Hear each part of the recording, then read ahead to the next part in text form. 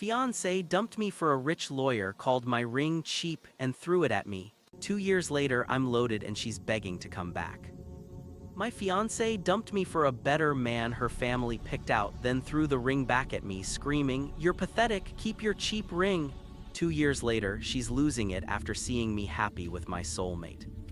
I met Brooke in college when she spilled coffee on my laptop at 2 a.m. in the library. I joked, "At least now my code has some flavor." She laughed, and that sparked 4 amazing years together. I proposed with a ring I'd saved 6 months for, scraping by on ramen and freelance gigs. She cried happy tears and posted about our forever on Instagram.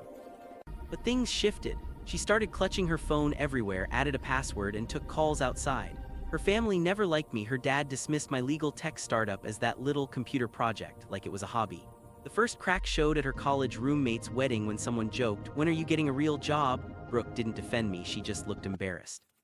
Then her mom invited me for coffee and pulled out a folder of entry-level bank jobs. "These are real careers with benefits," she said. "You could start at the bottom and work up." When I told Brooke, she suggested, "Maybe look at them as a backup."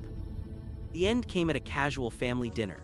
Their driveway was packed with luxury cars. My beat-up 2008 Civic with the check engine light stuck out like a sore thumb.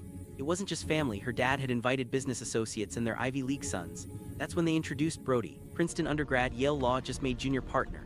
Brooke grilled him about his bonus and downtown condo, laughing at his jokes way more than she'd ever done for mine. A week later, she hit me with, "We need to talk. I can't wait for you to figure it out. I need someone who's already there, someone like Brody." Her mask slipped. "You're 29, still playing with computers like you're 19. Brody owns a condo. He doesn't save months for a decent ring."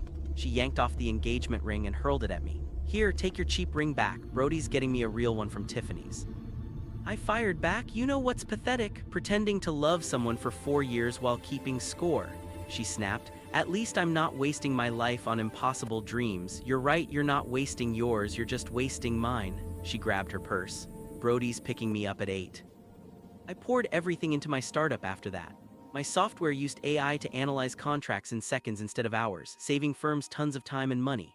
For 2 years, I vanished, worked non-stop, landed major contracts, opened offices in London and Singapore. The irony, we disrupted corporate law firms exactly like Brody's, making junior associates obsolete.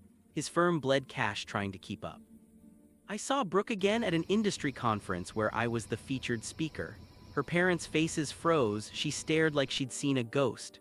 Soon, her dad started inviting me to events. At one, I spotted Brody, stressed, glued to his phone as his firm lost clients left and right.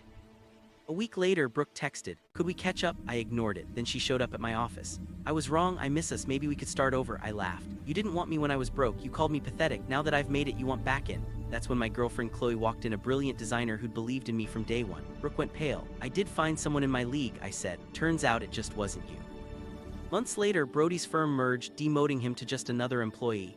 3 weeks after, Brooke appeared again, hair messy, makeup smudged. "I left Brody, we can be together. I made the biggest mistake of my life. Please, I have nothing left." I told her, "We have nothing to talk about. I'm not your anything, you need to leave." She grabbed my arm, begging, "I'll do anything." I called security.